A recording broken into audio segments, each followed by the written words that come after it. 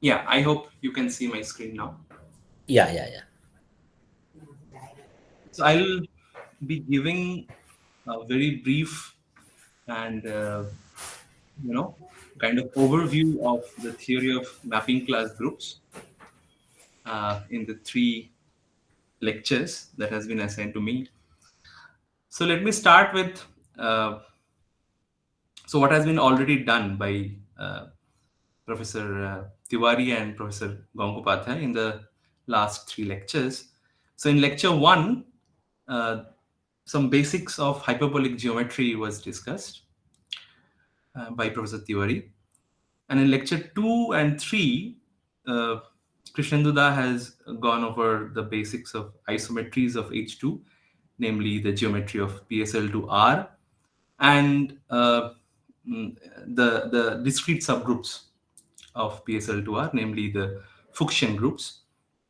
In lecture 3, he has touched upon what is called the hyperbolic structure on a surface, and also he has defined what is called a Teichmuller space of all hyperbolic structures on a surface.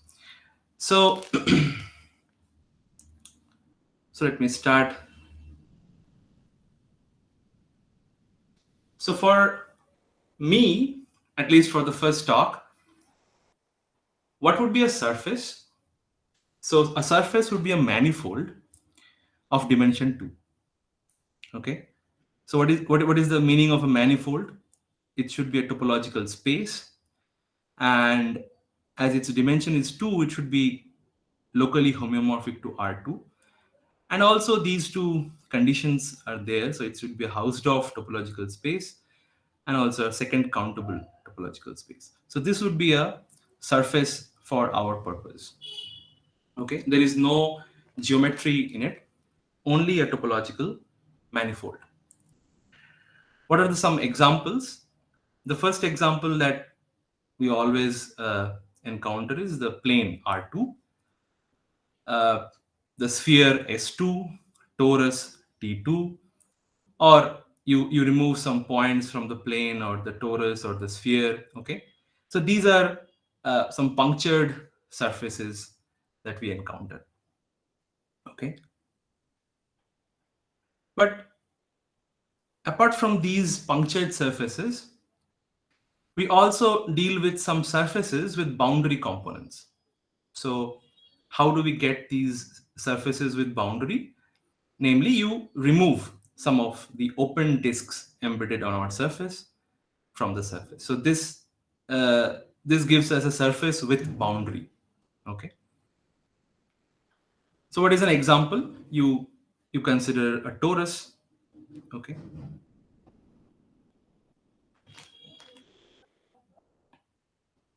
And you choose any number of, say, finite number of, for now, uh, disks. Okay.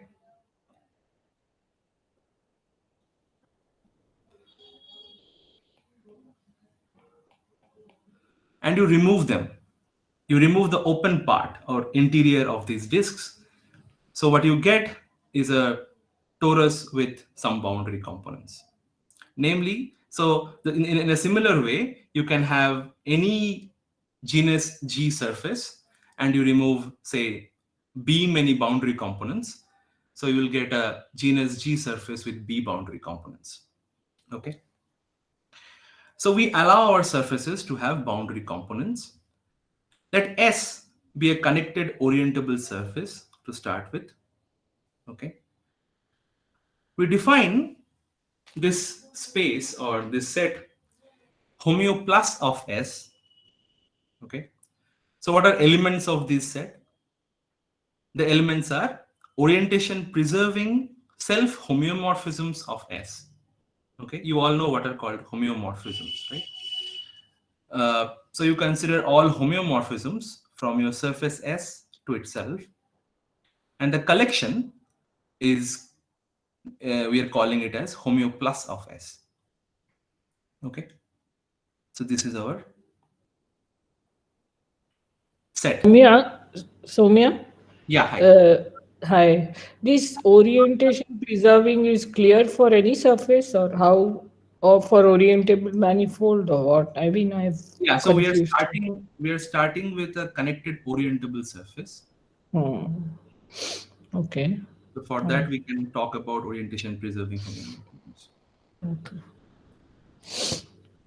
Okay. So was this discussed earlier in the previous lectures, or you just?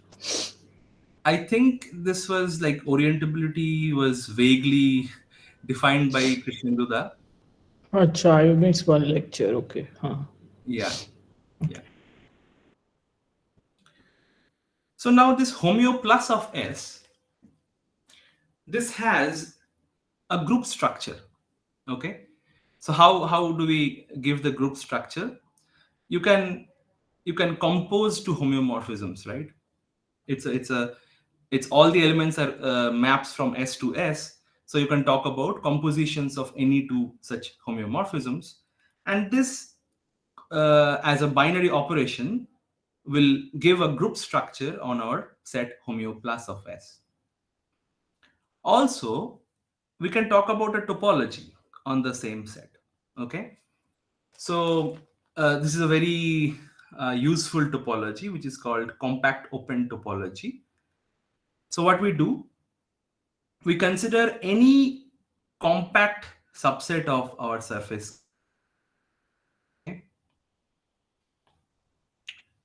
you take any K subset of S which is compact, and any U, okay, which is an open set, open subset of your surface. You construct this set which we are calling VKU. Okay, what is that? You consider all homeomorphisms F such that F of this K, the image of this compact set K under F, lies inside the open set U. Okay, you consider all such F, and this is a subset of our homeo plus, and you can vary your K and U, so you get a family of VKUs. Okay, and if you consider each of these as your basis element, okay, you can generate a topology out of it. So you take arbitrary unions of these elements, uh, and you can check that this will give a topology, and this is called compact open topology on any such function space. So yeah, so homeo plus has a group structure as well as a topological structure. It's a topological space. So we can talk about a normal subgroup of homeo plus. Okay, so we define this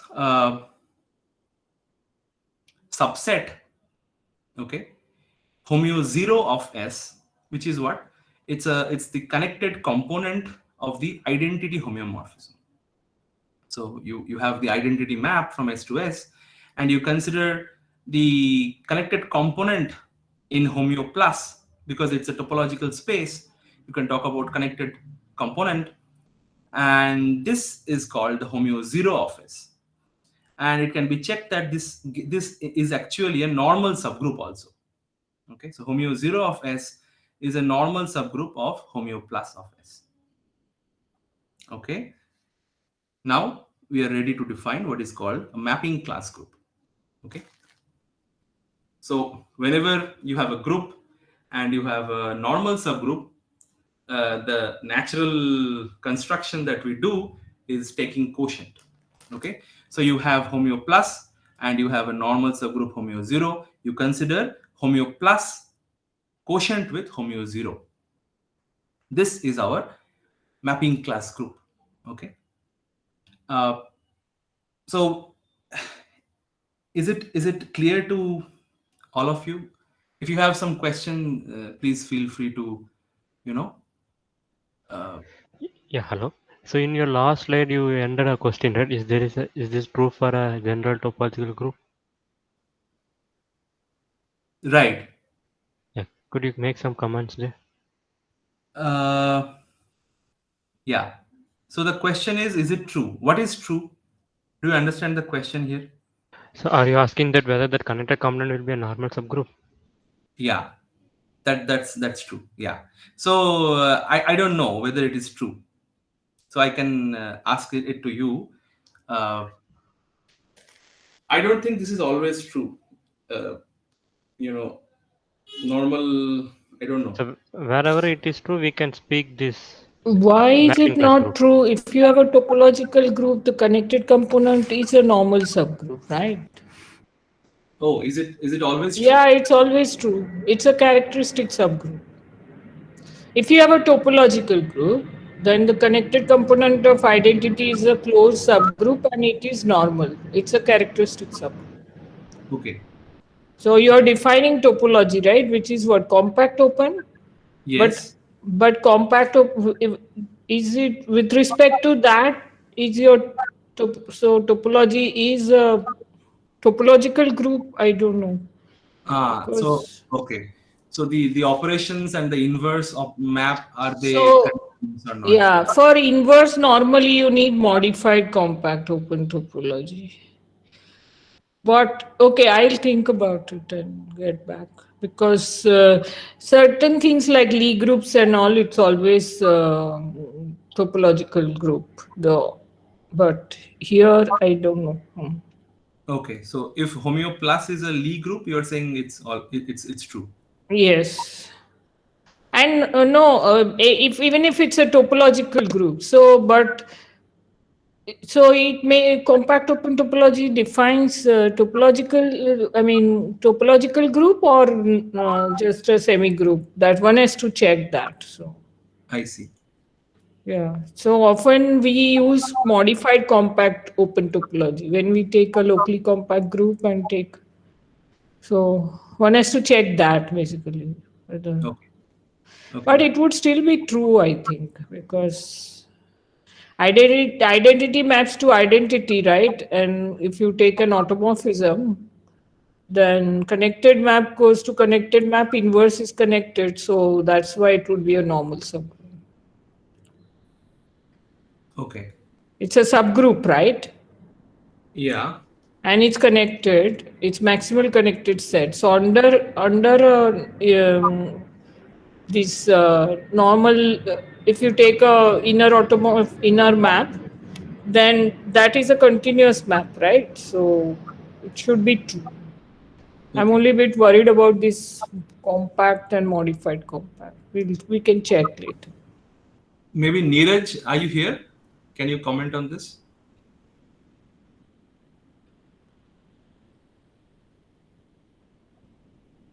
Okay, maybe he has some problem. Okay. So let's move on. Yeah, we can think on this. Any other questions, like on the definition of mapping class group? Okay. Maybe just repeat the definition. I will actually miss the definition. Okay. There was Okay. some connection problem. Yeah. So, right. So this is our set. We start with this set Homeo plus of S, which is basically the set of all orientation preserving homeomorphisms from S to S. And we have a subset, which is basically the connected component of the identity map. We are calling it as Homeo 0 of S. And in this case, it can be proved that this is a normal subgroup of our Homeo plus of S, right? So what we're doing is we're considering the quotient. So Homeo plus of S quotiented by Homeo 0 of S. This we're calling as mapping class group of S. Uh, Sorry, you asked something. I just lost a connection.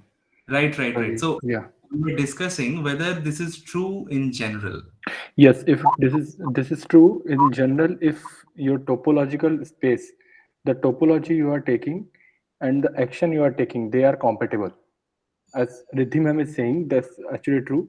If the inverse is also continuous function and composition is also the continuous functions, then it's true. Right. So that's a Riddhimam is pointing out. That's Yeah. actually true. Okay. Yeah. Thank you. So here we need to keep track of a few things while giving this definition. So our surface if it is a closed surface, this means it doesn't have any puncture or boundary components. This is easy to define. Okay, the way we have defined, it's perfect. But suppose our surface has some punctures or some boundary components, then we need to be a bit careful. So we need to have some, rules how we are defining our homeomorphisms on these boundary components and punctures. So it is easy to see under such a homeomorphism, okay, any such homeomorphism permutes the punctures, okay. But regarding the boundary component, there are so many people follow a different rule other than what we are defining. So what we are saying is our homeomorphisms, okay, always fix the boundary. Each of the boundary are point-wise fixed. So you consider any point on the boundary, it should be fixed. Okay. But there are some mathematicians who say that, okay, even if you change this to saying, so you can rotate a boundary or move the boundary, but a set wise it is fixed. That is also another definition of a mapping class group, but we are not doing that. In our case, given any point on the boundary of a surface, we are fixing it point wise. Okay, good. So, Soumya, there is a question by Professor Shah. Yeah, you can see in your chat box. Oh, okay. It's not a question. I just made a statement that if you have a compact surface, this is always true. Other surfaces, you need to check, as Neeraj also said, that the mappings are continuous. I mean, the inverse, the group operations are continuous or not. But yeah, so if S is compact, then it's always true, because So in case of punctured surface, we need to be a bit careful.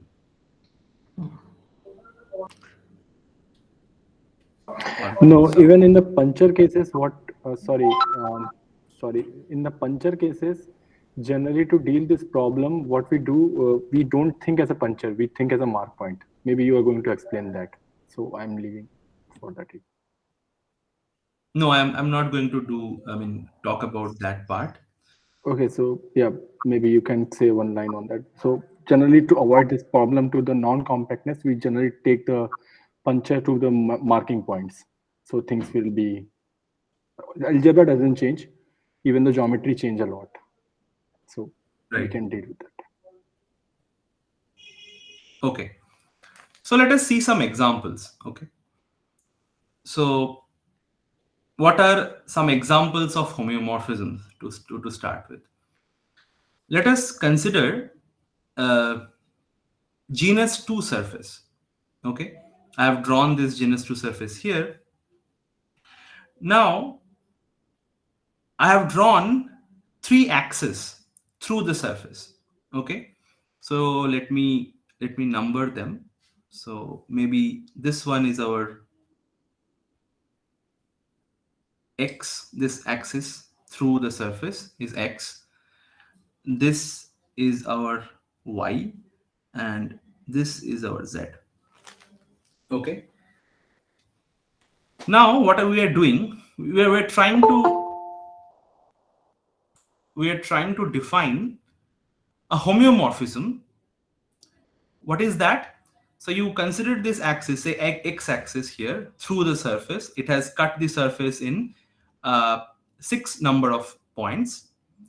What you do, you rotate the whole surface along this axis by an angle of pi. Okay. So you can see that this map, this rotation by an angle pi, is an order 2 map. Okay. And so order 2 means it's an involution. We are calling it an involution. This is true for the other axis also. If you consider, say, this y-axis, so we are basically rotating this whole surface vertically. So by this along this vertical axis. So the genuses are getting, switched. This is also another involution. And in this case, we have, so this axis passes through 2 points on our surface, namely this point and this point. Okay. So in this case, these 2 points are actually fixed points. Okay. Do you see that? In the first case, when the axis is this x-axis, that this passes through or cuts the surface in 1, 2, 3, 4, 5, and 6. So in this case, when you have this x-axis and you have this rotation along this x-axis, this homeomorphism of your surface has 6 fixed points, right? And in case of z-axis, also you have 2 points of intersection. So where it enters the surface and it leaves here. So these 2 are fixed points of your homeomorphism. Okay. So corresponding to these 3 involutions, you have 3 mapping classes, right? So mapping class group is, so each element of a mapping class group is a coset of homeomorphisms. So if you consider, say, the first homeomorphism here with these 6 fixed points, then it sits in one of the classes in your mapping class group. So that mapping class is basically one of the elements in your mapping class group. Now the question is whether these 3 are giving us different mapping classes, or some of them are actually giving a same mapping class. That's a difficult question. Okay, so we have to see whether some of these 3 are actually isotopic as homeomorphisms. Okay, all right. So we have 3 examples of mapping classes which are of finite order, right? Involution means it's an order 2 map. What are some other examples of finite order maps? To do that, okay, before going to this example, let me give another kind of easy example, easy to understand. Right, so I'll pick this one.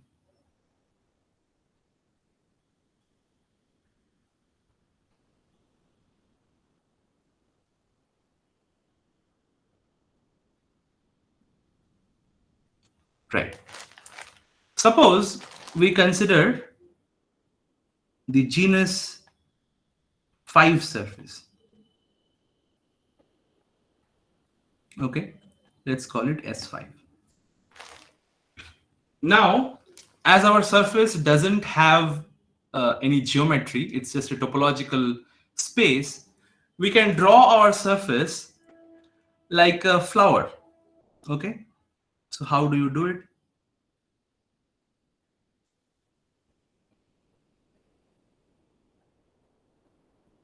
My drawing would be very bad, so please forgive me for that.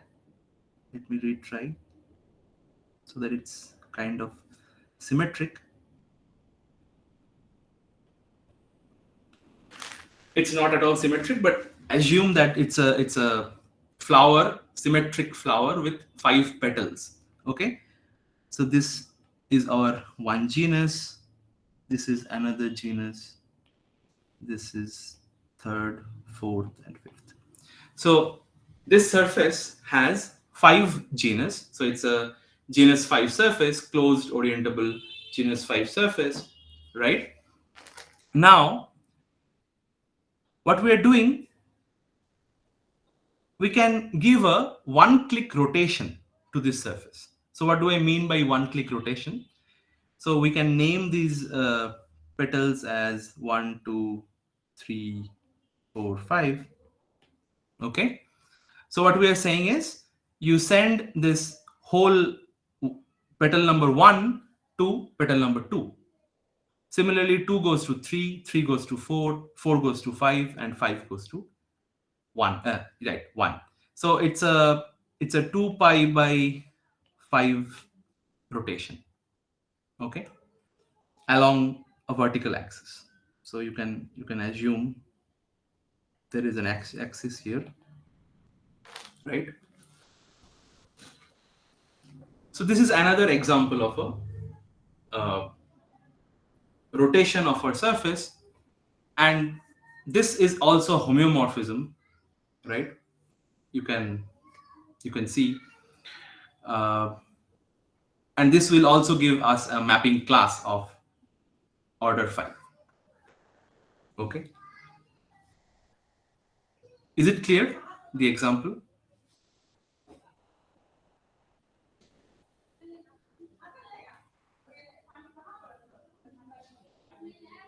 Yeah, yes. Okay. Okay, let me come back to this example here that I had planned. So in the last lecture by Krishnendu, you have seen, right, how to glue some polygons to, to construct surfaces. And some of you may have seen this construction. So we have 1, 2, 3, 4, 5, 6, 7, 8, 9, 10. It's a 10-gon, okay, a polygon with 10 sides, and we have assigned some markings or some identifications here. So this A1 with this arrow, this side here, we are identifying or collapsing the side with this A1, okay. So A2 and this A2, so there are 2 A2s and 2 A3s and 2 A4s and 2 A5s. You can check if you glue these sides like this, keeping these arrows in the same direction while gluing, you can check that this will give you genus 2 surface, okay. So from a 4G plus 2 gon instead of a 10 gon, if you considered a 4G plus 2 gon and you do a similar gluing process, you will end up in getting this SG or the genus G surface, okay. Now this is the construction, but now what we do, what we try to do is we want a finite order homeomorphism of these surfaces, right? So in case of genus 2, you have a 10 gon above, right?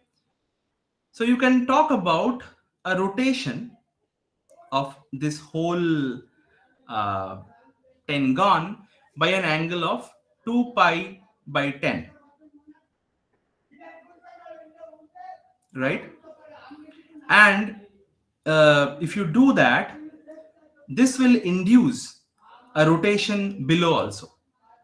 It's not a rotation, but it will be a homeomorphism, right? Above you can see it's a homeomorphism. So after gluing also, it will preserve whatever the intersections or the wherever they are coming together. So you can see that below, in the below surface S2, it will induce one homeomorphism, and as the order of the homeomorphism above is finite, below also you will have a finite order map. Similarly, for a 4G plus 2 gon, you can do this construction. Soumya, I have one question. Yeah. The figure you have drawn below for S2, Yes. in this you have shown the 5 curves. This may be wrong. Okay. So these curves are not A1, A2 curves, yeah? Even Right. A1, A2 is not a It should curve be- at all. This should be more complicated than this, right? Okay. So thanks for pointing this out. Let me remove this and just draw S2.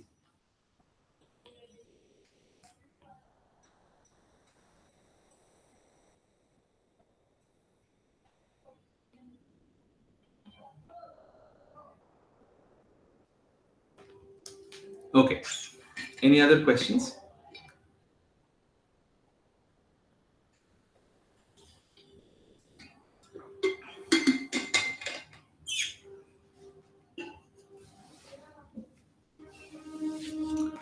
Right. All right. So we have so many examples of how to construct finite order maps or mapping classes, right? Now let's come to some examples of infinite order maps. So I'll be talking about one particular construction of a homeomorphism, which is called a Den twist. Okay. So given any simple closed curve on our surface, so what do I mean by simple closed curve? By simple, I mean it should not self-intersect. Okay. So, okay. So something like a figure 8 kind of a curve is not allowed. Okay. And what is the meaning of a closed curve? This means it should be a continuous image of S1 or the circle. So the two ends of our curve should meet. All right. So given any such curve or simple closed curve on our surface, say alpha, we are going to tell you about a construction which will give us a homeomorphism of our surface, the whole surface. Okay. So what is the construction? So I have drawn here one red curve, simple closed curve, as you can see, alpha, okay, here. So alpha is a simple closed curve on our surface S2. In this case, it's S2. Now, you choose one annular neighborhood around this alpha.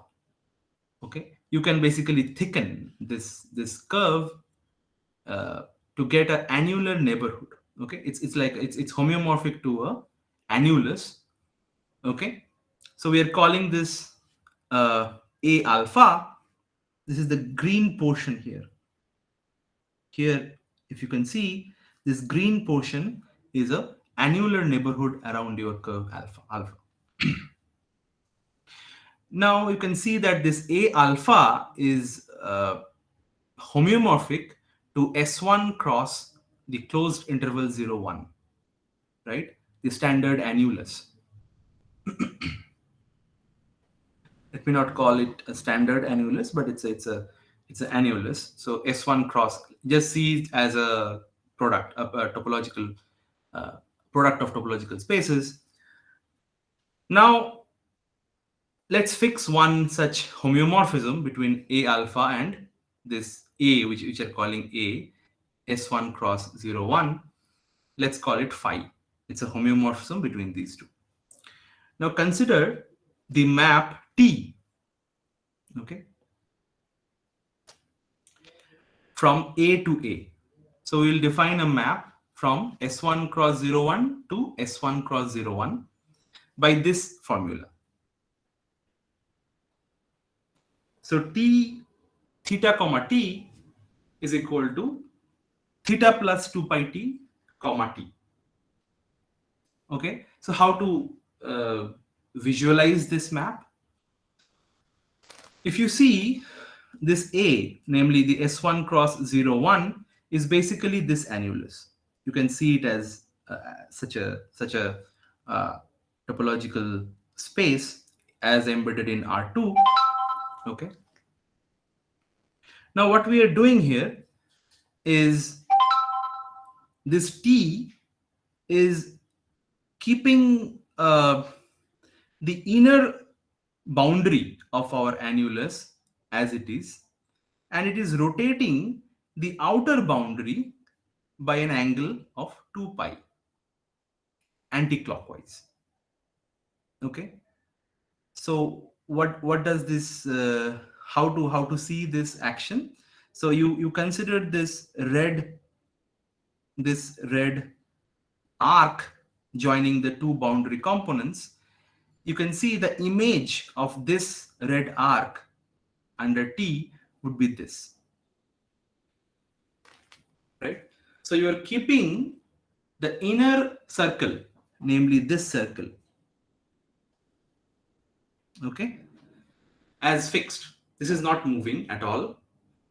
And you are rotating the outer circle, namely this circle,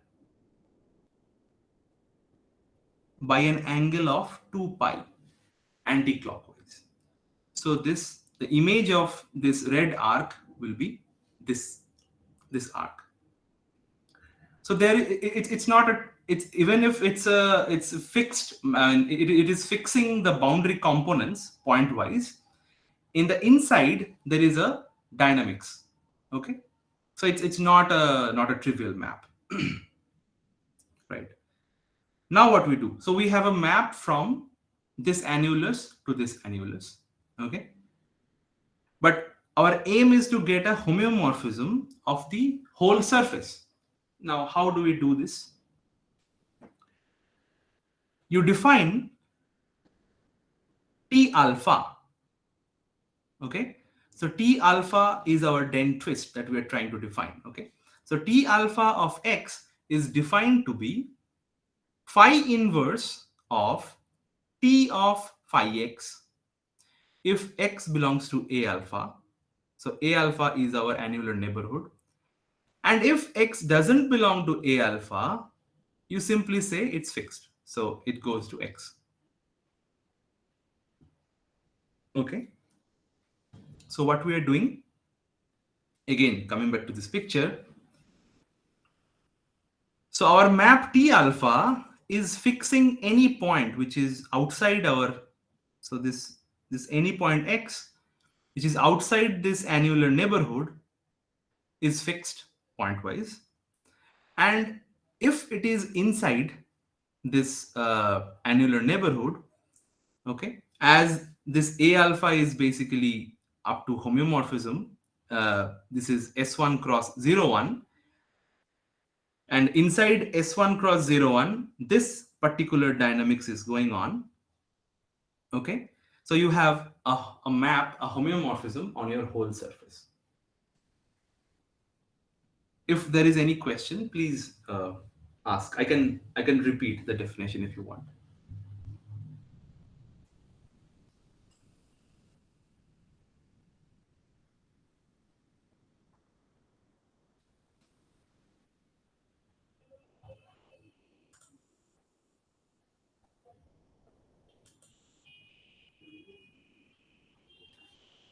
I think it's okay. Yeah, please continue. Yeah. All right. So, so we have a map T alpha given any alpha.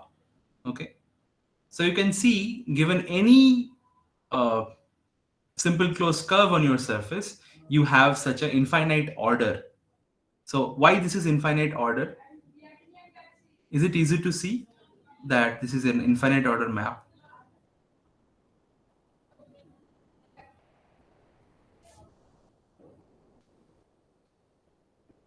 So I'll just give a hint why you can say that. So if you just look at this map inside your annulus, so if you do this twice, so if you apply T twice or thrice or any number of times, what would be the image of this red curve? Will it ever come back to its initial state, initial position, the simple arc, the horizontal arc? Will it ever come back to this position? No, right? No. Right. So so if you take any power of t, it will never be identity map. And hence, as you are using this in the definition of T alpha, you can see that T alpha to the n will never be identity, right? So this is an infinite order homeomorphism, and Sir, if you, yeah, A is not cylinder. This is a flat on R2. A. Yeah, right. S1 cross 01. Yes. Is this flat on R2? It is flat on R2 exactly, but up to topology. So this is homeomorphic to a cylinder, right? Hmm. So that's why I'm calling it as cylinder. It's Okay. basically an annulus, but Hmm. it's homeomorphic to a cylinder.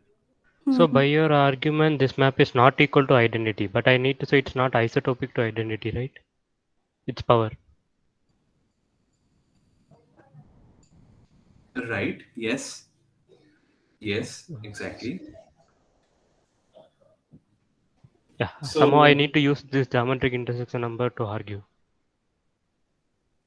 yeah. So you have to prove that if you apply t to the n uh, on this arc, um, It's going to be spiral types, right? sorry. Uh, Yeah, if it will spiral. It will never come back. That's okay. But what Praveen is saying, uh, whether t to the n is isotopic to identity, how to disprove that, right? Actually, yeah. What is isotopic? I missed Yeah. that. So it's basically homotopy. So Homotopy. no, but so homotopy between two continuous maps is defined. But when you have two homeomorphisms, okay, so a homotopy between two homeomorphisms such that the in between maps in your homotopy, those are also homeomorphisms. Then we say that it's an isotopy. Okay, so it may be possible that you have two homeomorphisms, but you have a homotopy such that some of the in between, it's a continuous family of maps, right? So some of the in between maps may not be homeomorphisms. So we don't want that. So isotopy is a homotopy through homeomorphisms.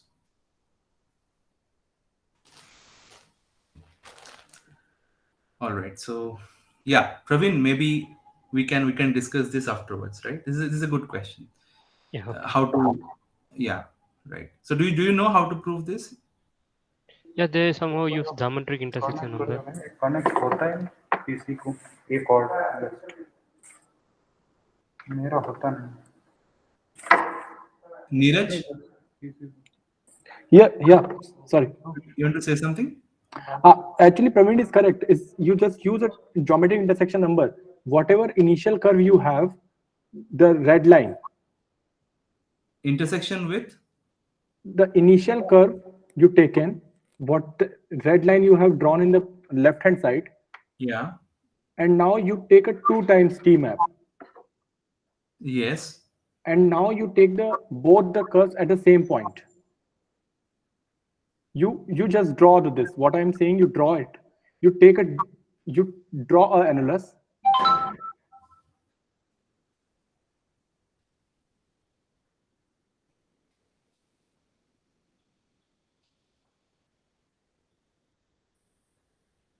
Yes. Now you draw a 2 times applied T map, a curve which applied 2 times. Right. What is the initial curve you had? Draw from the another line, another color, Yeah, another color maybe. maybe Yes. blue. So Yes. now, as many times you are going to apply the T, your intersection number is going to increase. Right. So if these are isotopic, intersection number is preserved, and you cannot reduce this intersection. So you are saying this is in minimal position. Yeah, they are in minimal position if want to use the word. How to prove that? That's you have to prove the Beigen criteria because they are not forming any Beigen.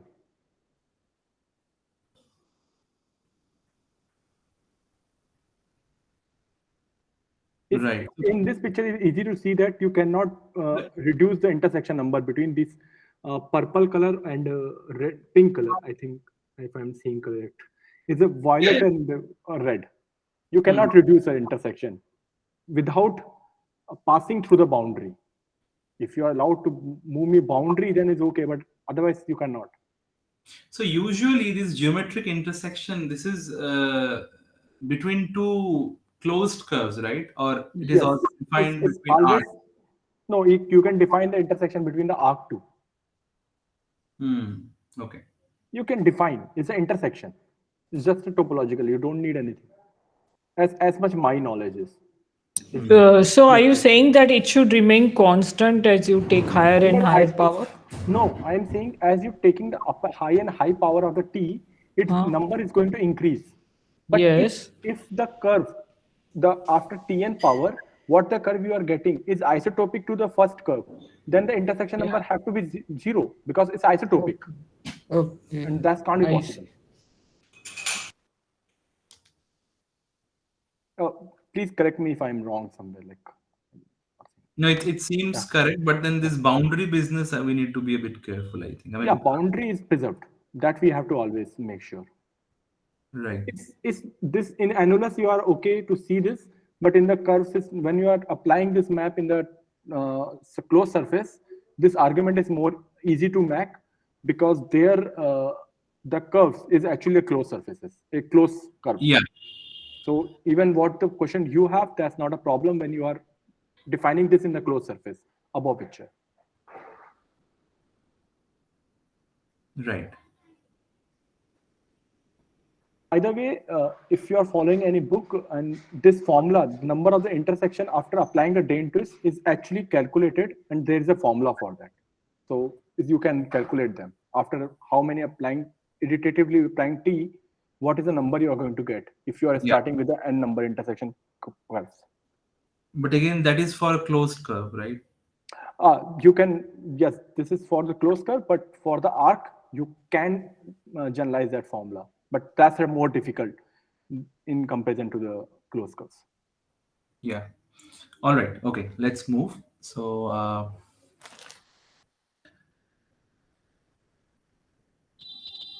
okay. So we have defined what is called a Dane twist along a simple closed curve. Now, so this is a homeomorphism, right? But you can always go to the mapping class, right? So there is a unique mapping class in your mapping class group where this Dane twist T alpha sits, and so you define you denote that as this box. Okay. However, so it's a class of T alpha. Now you can see or you can check that this class in your mapping class, this is independent of these two choices that we have made. The first choice that we have made is our annular neighborhood, right? So you could have chosen some bigger annular neighborhood or smaller annular neighborhood. And also the other choice that you have made is this phi. So what is this phi? Phi is this homeomorphism between A alpha and S1 cross 01. So what it says is it can be checked that your mapping class T alpha doesn't depend on this choice of annular neighborhood or the choice of homeomorphism, this phi. Okay, and also it can be checked that if you have two, say alpha and alpha prime, two simple closed curves on your surface, and they're homotopic, then the corresponding mapping classes are same. Okay. Okay, I'll leave the proof of it. Now, you can see there is a definition which is called a reducible mapping class. Okay. What is a reducible mapping class? A homeomorphism. Let me first tell it for the homeomorphism. So homeomorphism F from S to S is called reducible if F preserves some finite union of disjoint simple closed curves on S. Okay. So disjoint, you know what it is. Simple closed curves, you know, and it's a finite union of such. So if you see in this case of a den twist, okay, when you have this T alpha along this curve alpha, if you consider the image of alpha under T alpha, it is basically alpha. So it is this curve alpha is not changing. It is getting preserved. The isotopic class of this curve is getting preserved. Okay. So what does this say is a den twist is a reducible homeomorphism. Okay. And the corresponding mapping class is also called reducible mapping class. So we have an example of a reducible mapping class, namely a den twist. Okay. Now,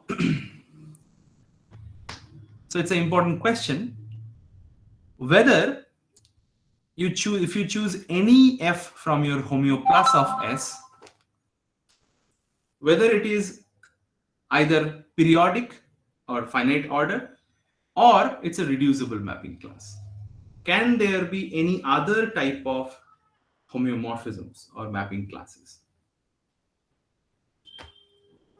Okay, so we will try to see a theorem which is called Nielsen's Thurston classification theorem in the third lecture, which will say that no, this is not everything. We have another type of homeomorphisms which are called pseudo-Anosov homeomorphisms or pseudo-Anosov mapping classes. Okay, let me go to something else. So what is periodic means? Periodic means finite order. Okay. So it was a interesting question or a problem which was open for a long time.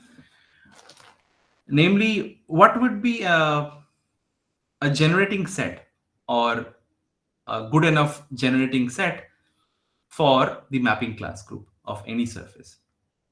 So many great mathematicians have worked on this problem to come up with a simple generating set for the mapping class group. So namely Max Den, Mumford, Licorice, Humphreys. So I'm stating a theorem here, which is basically a work of all of them. Let Sg denote the closed surface of genus G. Any element of the mapping class group mod Sg is a product of finitely many den twists along the following curves. So I have given here 2g plus 1 many simple closed curves on this surface Sg, namely these red curves and these two green curves, okay, and these violet curves in between. Okay, I hope you can see this, all these 2g plus 1 many curves. And what this is saying is, given any mapping class or any element of mod Sg, you can write that as a product or a composition of finitely many such den twists along these curves. You may not need all of them, but finitely many of them. So it's a very good theorem, and hence mod Sg is finitely generated. Okay.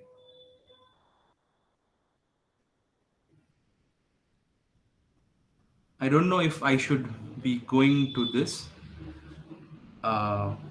Yeah, let me just pause or state the theme for the next talk. So what is a central theme of geometry is, whenever you have some group G, how do you understand that group? Namely, you construct a space on which your group acts nicely. right? So you understand a group action. So we have a group here, which is called the mapping class group. Do we have some space or some spaces, more than one spaces, on which mapping class group act nicely? Okay. And yeah, so there are quite a few different spaces on which mapping class group acts. And one of them is our Teichmuller space. Okay. So I'll be talking about that tomorrow. But for today, if I can take some more time, uh, let me very quickly define another space, okay, which is called a curve complex. Okay, but I'll not be defining here the curve complex, but just the curve graph. So it's a one skeleton of a CW complex, if you know what is a CW complex is. So so let me define what is CS. Okay, CS is the set of all isotopic classes of simple closed curves on this surface S. Now we want to construct a graph. Okay, and what are the vertices of the graph? It's namely the elements of this CS. Okay, and what are the edges? How do you define the edges between two such vertices? You put an edge between alpha and beta, okay, to such simple closed curves if alpha and beta do not intersect. Okay, if these two curves do not intersect, okay, then you put an edge in between them. So you see, we are not considering in this CS, we are considering isotopic classes, not just curves, but isotopic classes of curves. So you need to define when two isotopic classes of curves do not intersect, right? So you start with some alpha, some beta. You say they do not intersect or their classes are not intersecting if you can find some curve, some curve in the isotopic class of your alpha, say alpha prime, and some curve in the isotopic class of your curve beta, say beta prime, which do not intersect. Okay. So it's not every curve, it is only one, say, one curve, right? At least one curve. At least one. Yes, if you can find. So basically, this is called minimal intersection. Okay. So for example, let me draw one example. Yeah. So suppose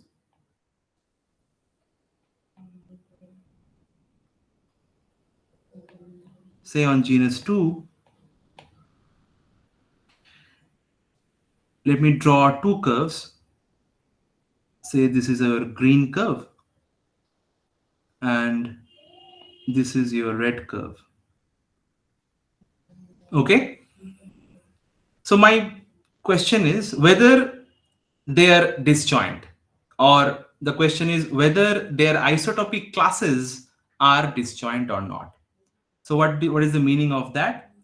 The meaning is you can isotope or homotope this first green curve to another curve here, and you can isotope this red curve to another curve here so that they do not intersect. So up to isotopy, if they do not intersect, then we say that these two isotopic classes are disjoint. So the curves may be intersecting, but some isotopic curves are not intersecting, right? Yes. That's what it is. Yes. So now, so we have defined what are the vertices of this curve graph, and we have said that if you have two alpha beta which are disjoint, okay, do not intersect, then you put an edge in between them. So this is a graph, and we are calling it as the curve graph for our surface S. Okay. Now this graph, this combinatorial graph can be given a metric. How? Simply you give each edge a length 1. Okay. So this will make this CS as a metric graph, and it is easy to see that CS has infinitely many vertices, just because most of the not very simple surfaces are like they have infinite number of different isotopic classes of curves. So that's why uh, for most surfaces, each vertex of CS has valency infinite. Okay. What is the meaning of this? So given any vertex, you can find infinitely many vertices or infinitely many curves which are disjoint from this curve. Okay. And finally, your curve graph is connected. So all these are involved theorems. Okay. These are not at all, at least the third one is very involved. And it's a theorem. Sorry. Sorry, I have one question. Yeah, so when you are talking this observations or something, like, are you have any condition on your surface S? Which one? The second one? Yeah, for this defining this Yeah. curve complexes. For most surfaces means, say if you can safely assume at least for genus 2 and above. This is true. Okay, for closed surfaces, genus 2 and above. Yeah. Okay. Yeah, thanks. Also this connectedness. So if I able to show that this connectedness with respect to that metric, right? If I able to show that it's one skeleton is path connected. It doesn't depend on the metric, it depends on the topology.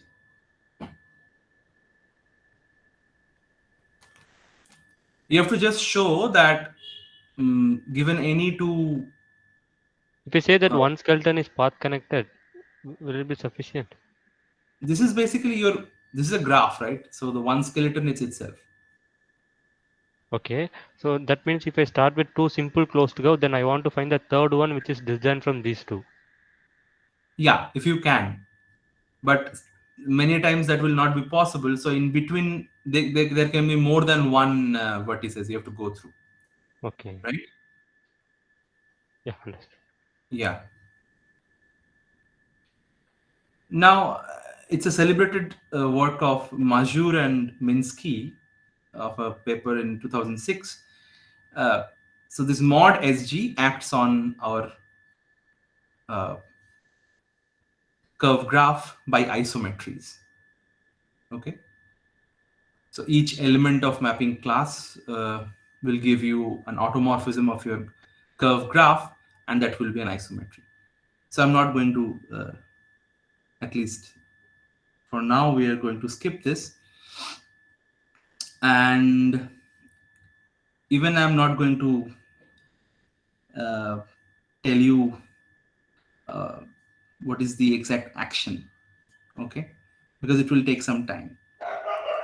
And finally, if you know what is called a delta hyperbolic space is, they have also, Mazur and Minsky, they have proved also that this CS is a delta hyperbolic space. Yeah, I think I'll stop here. Okay, thanks.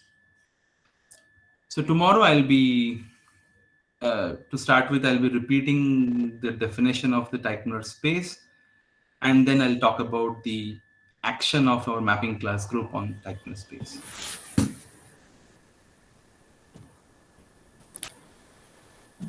Okay, thank you, Soumya.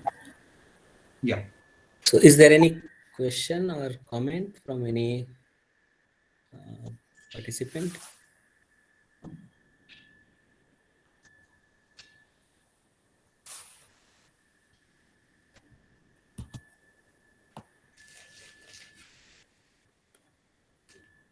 So tomorrow we are meeting at 3, right? Yeah, tomorrow we meet at 3. Yeah. So in case no question, I will go. So, Soumya, yeah, thanks for this nice talk. So very early we had on discussion, right? That homeo X when is topological group. Sorry. Yeah, right. So as ma'am suggested, when it is a compact, it will be topological group, and it's for any compact Hausdorff space that will be a topological group. Okay, then I can speak mapping class group for any compact Hausdorff space, right? Nothing special about surface. Yeah, I'm not very sure about this. I'll check maybe. Well, yeah, topologically you can define like that, but whether it has any importance or applications or implications.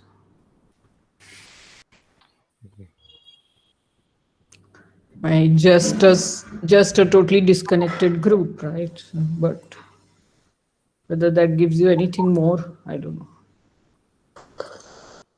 Okay. I think mapping class groups are specifically defined for surfaces, if I'm not mistaken. Is that so, Soumya?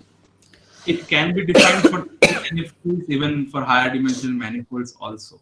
Yeah, but I mean, Hmm. it's typically a manifold, right? Not just any compact outdoor space.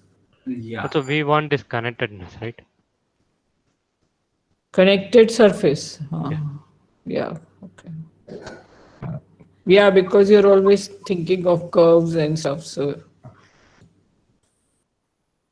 Yeah. you at least need connectedness, if not path connectedness.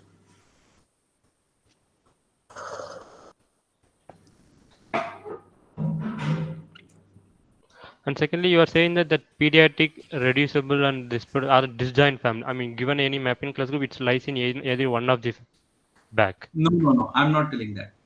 Okay. So some of the periodic homeomorphisms may be reducible. Okay. Right? Yeah. That's what my doubt. Yeah, thank you. All of them will not lie in the same class, right? Or what, Soumya? Sorry? Are you saying all periodic maps would lie in the same class? No. No.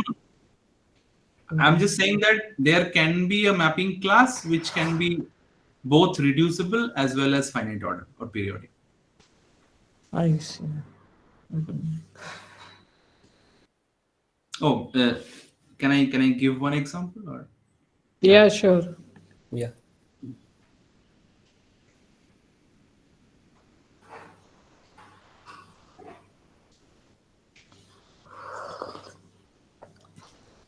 So in this surface only,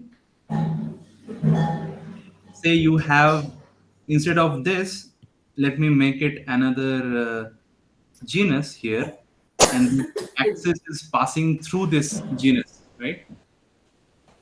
So it's a genus 6 surface now. Okay, instead of genus 5, you are having a genus 6 surface. All right, this is a 6th genus here. Now you consider the same rotation map by 2 pi by 5, whatever, one click rotation. You see that this particular curve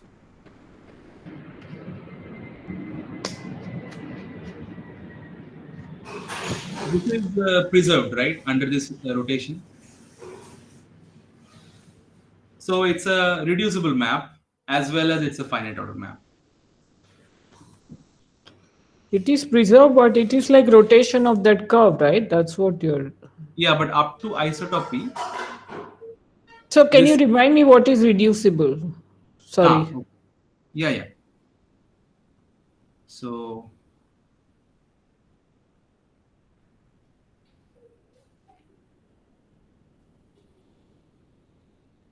yeah. So a homeomorphism F from S to S is called reducible if F preserves some finite union of disjoint simple closed curve. Mm-hmm. By simple Okay. closed curve, I mean a big class of simple. Yeah, okay. Right, thanks. So why was there an extra genus needed in that example. Like I think shouldn't it work also for S5? No, because that Then curve will be trivial, right? trivial, homotopic to identity, no, without genus. Right, Okay, okay, okay. right. But we can choose a different family of the curves for which it becomes irreducible. Even we don't take the genus 6. Right. Can you give one, Neeraj? Yeah, you take the The- same curve for every genus. 1, 2, 3, 4, 5, 6, 5. Right. You draw the same. That collection is preserved. So what Neeraj is saying, if you don't have, even if it's there, it's not a problem. So you consider this family of curves. It's a multi-curve. Right. Okay.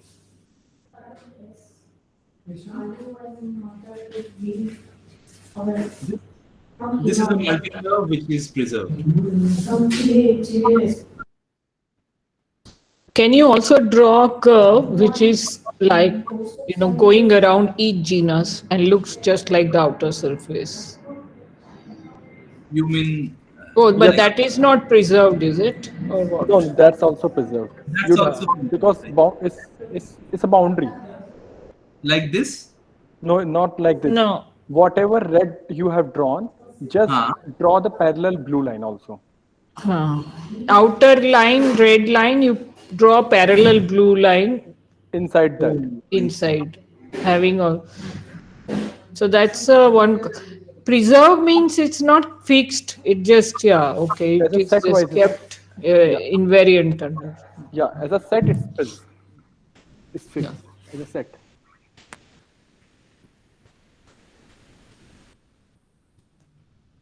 This one, right? Yeah, in fact, you can draw infinitely many such things, right? So, I mean, Right. Yeah.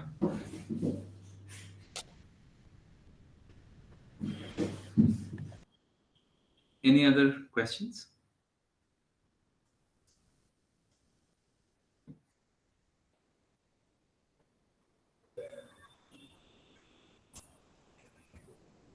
So I think if there is no question, maybe we can close today. Yeah. Okay. So thank you very much, Soumya.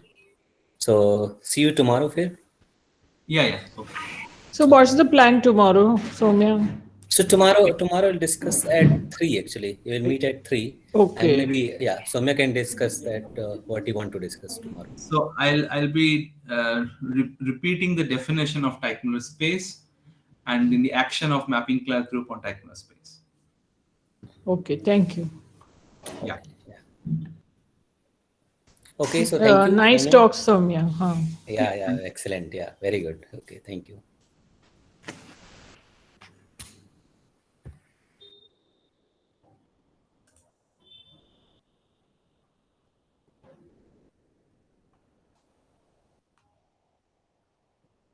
Who's record? Please stop the recording. Who is recording?